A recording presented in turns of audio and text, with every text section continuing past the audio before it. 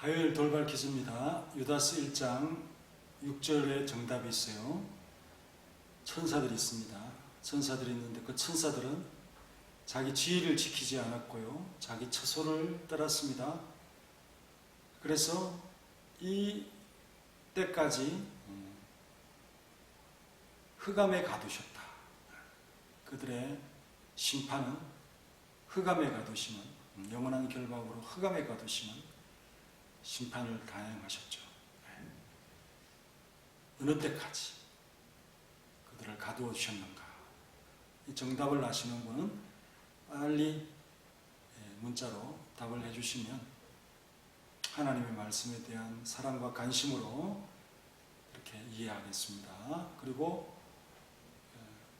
목사의 참 하는 일들에 대해서 관심을 가져주는 사랑이 많은 성도들이 되시기를 바라면서 여러분들의 신앙적인 유익을 위해서 이렇게 말씀을 영상으로 찍고요. 또 퀴즈를 통해서 말씀에 대한 관심을 촉구하는 그런 방식으로 우리 성경 말씀으로 인도하려고 하는 목사의 노력을 또 기이 여기시면서 순종하시는 우리 모두가 되시기 바랍니다. 다 같이 사도신경으로 신앙 고백함으로 새벽 기도에 시작하겠습니다. 전능하사 천지를 만드신 하나님 아버지를 내가 믿사오며 그 외아들 우리 주 예수 그리스도를 믿사오며 이는 성령으로 잉태하사 동정녀 마리아에게 나시고 본디오 빌라도의 고난을 받으사 십자가에 못 박혀 죽으시고 장사한 지 사흘 만에 죽은 자 가운데서 다시 살아나시며 하늘에 오르사 전능하신 하나님을 높이 앉아 계시다가 저리로서 산자와 죽은 자를 심판하러 오시리라. 성령을 믿사오며 거룩한 공회와 성도와 서로 교통하는 것과 죄를 사하여 주는 것과 몸이 다시 사는 것과 영원히 사는 것을 믿사옵나이다. 아멘. 하나님 감사합니다. 오늘도 주님의 은혜 속에서 하루를 시작합니다. 주님의 은혜가 아니면 정말 우리의 삶의 호흡과 또 영혼의 기쁨과 만족이 있을 수 없습니다. 주님 감사합니다. 모든 것이 감사합니다. 참 빗소리도 감사하고 또한 새소리도 감사하고 밝게 빛나고 따갑게 내려쬐는 햇빛도 감사합니다. 주님의 참 사계절을 조종하시는 은혜가 없이는 결코 우리가 건강하게 또한 양식이 풍족하게 살아갈 수 없음을 고백하면서 모든 것에 범사에 감사하는 그런 귀한 신앙을 갖기를 원합니다. 우리 모든 성도를 향한 사랑이 불일 듯 일어나게 하시고 언제나 섬세하게 그들을 생각하며 살아갈 수 있도록 역사하여 주옵소서. 예수님의 이름으로 기도하옵나이다. 아멘. 찬송가 220장이었습니다. 사랑하는 주님 앞에 220장. 사랑하는 주님 앞에 형제자매 한자리에 하신 은혜 생각하며 즐거운 찬송 부르네. 내 주 예수 오늘 받아 모든 사람 내 몸같이 한란근시 위로하고 진심으로 사랑하세. 사랑하는 주님 앞에 온갖 충성 다 바쳐서 괴로우나 즐거우나 주님만 힘써 섬기네. 우리 주님 거룩한 손 제자들의 발을 씻어 남 섬기는 종의 도를 몸소 행해 보이셨네. 사랑하는 주님 예수 같은 주로 섬기나니 한 피바다 한 몸 이룬 형제여 친구들이여 몸같이 친밀하고 마음으로 하나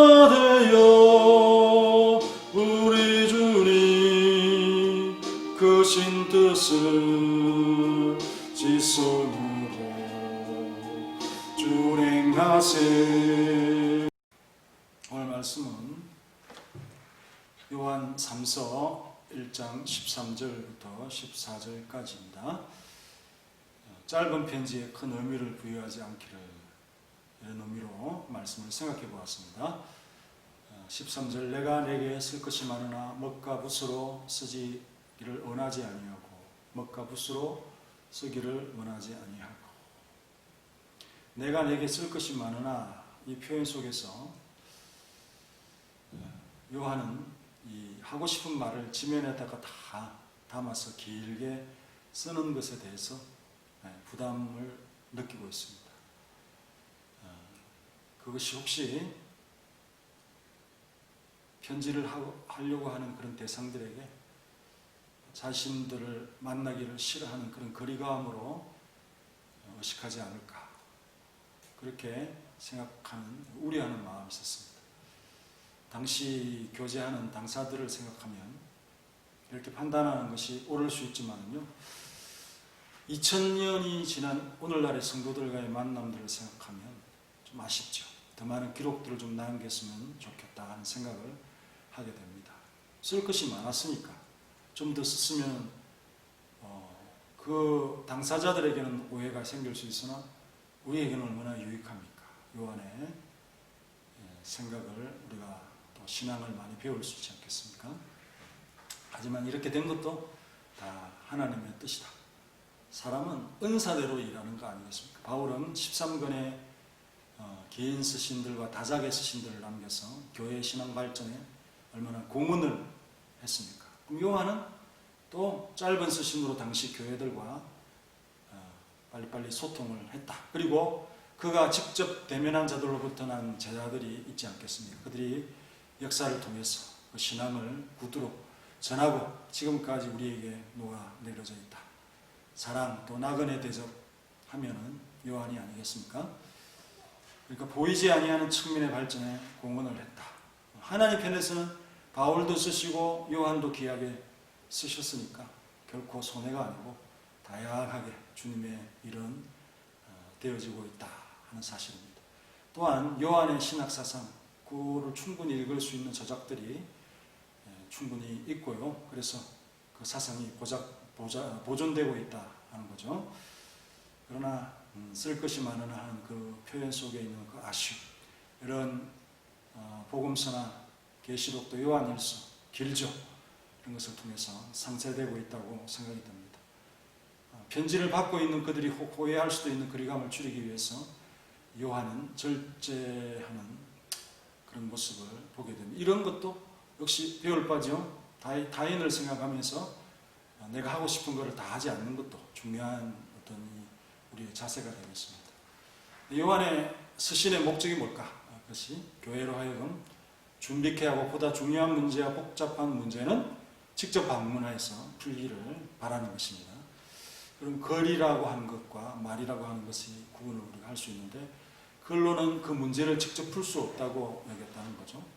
글은 분명하고 오래 남아서 좋지만은요, 말은 이 전달이나 이해의 면에서도 풍성해지는 거 아니겠습니까? 모르는 것은 계속 물어서 그 의미가 분명해지도록 할 수 있는 기회를 가질 수 있는 장점이 있죠. 먹과 붓으로 모든 것을 다 표현할 수도 없습니다. 글에 갇혀서 감정과 마음이 단절될 수도 있죠. 표정으로 전달하고 온기로 느껴지는 교제도 꼭 필요한 것입니다. 오늘날에는 전화 같은 것으로 또 카톡이나 이런 것으로도 이전에 그 편지가 전달할 수 없는 그런 느낌들을 우리가 전달받고 있고, 또 영상으로도 얼굴로도 이렇게 통화를 할 수 있는 그런 시대가 된 것. 참 옛날에 사도 요한 시대에 이런 것이 있었다면, 이런 먹과 붓으로 쓰기를 원하지 아니한다, 내가 내게 쓸 것이 많다, 이런 표현이 필요치 않은 그런 아주 새로운 시대에 우리가 살고 있다는 거 얼마나 감사한 일입니까?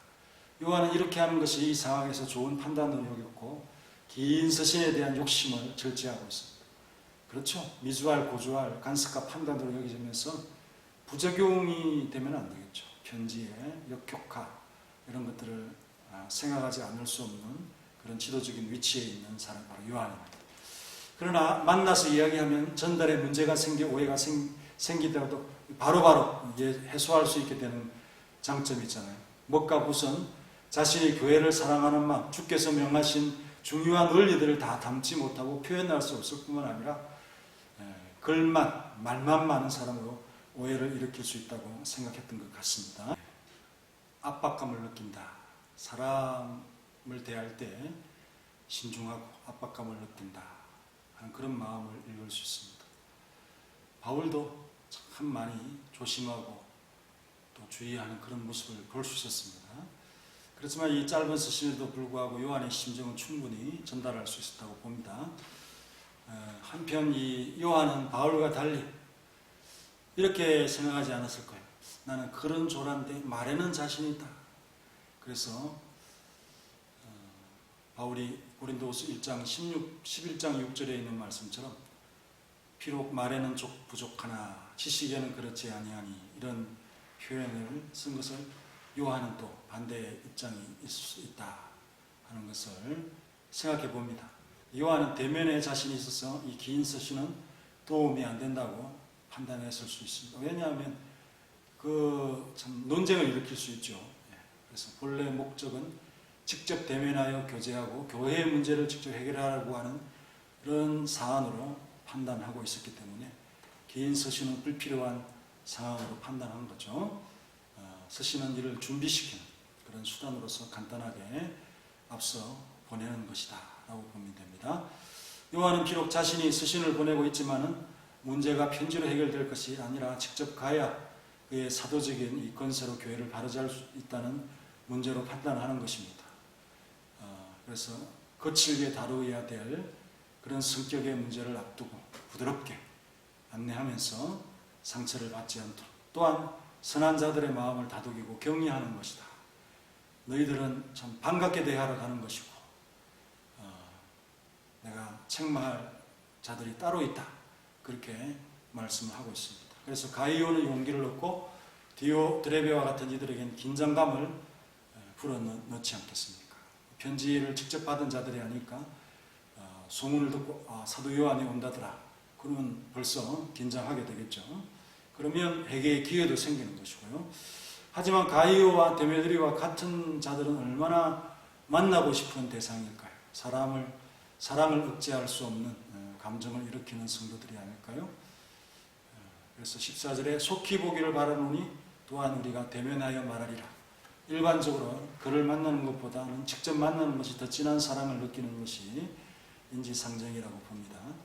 요한은 거의 후기 생애를 에베소를 중심으로 해서 전도 사역을 한 것으로 보이고 또 많은 순회 전도자를 파송해서 복음을 전파하고 교회를 든든히 세워가는 일을 했습니다. 그는 때로는 아프지만 징계자로서 성각을 가려서 교회를 바로 세우는 험한 역할도 충실히 감당하는 주의 사자였다.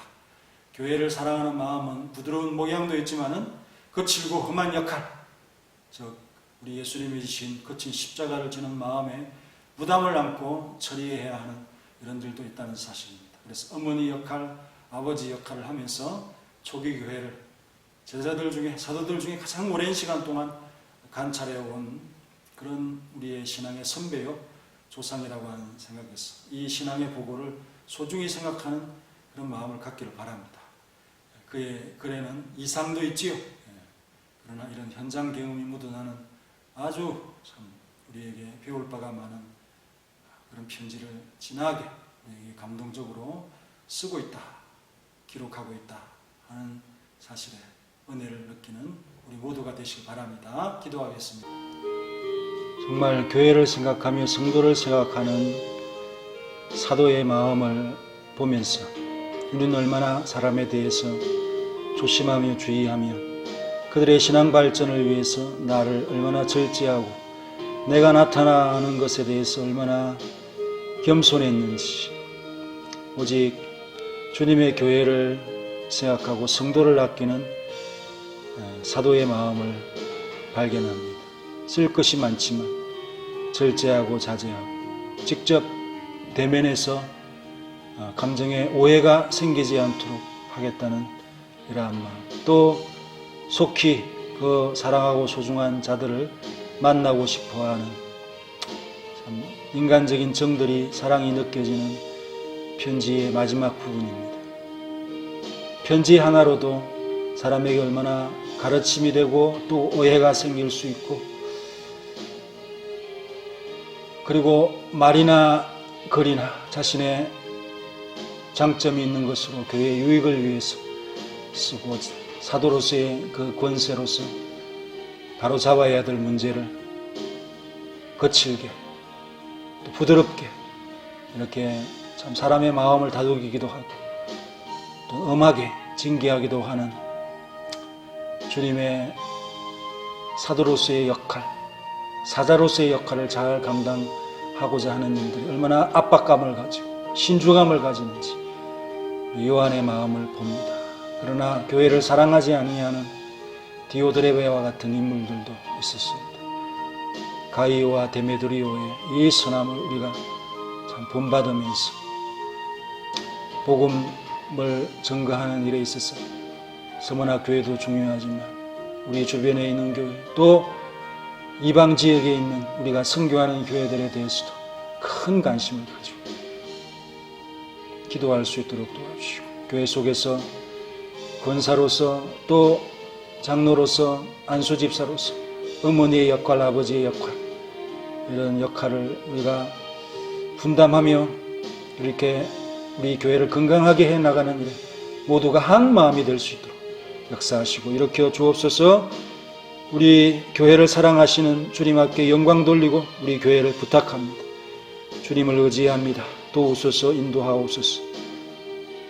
하나님의 은혜를 감사, 주의 인자를 기대하고 소망합니다. 주님의 인자가 영원하시길 고백하고 찬양하며 주님 앞에 우리의 마음을 드립니다. 우리를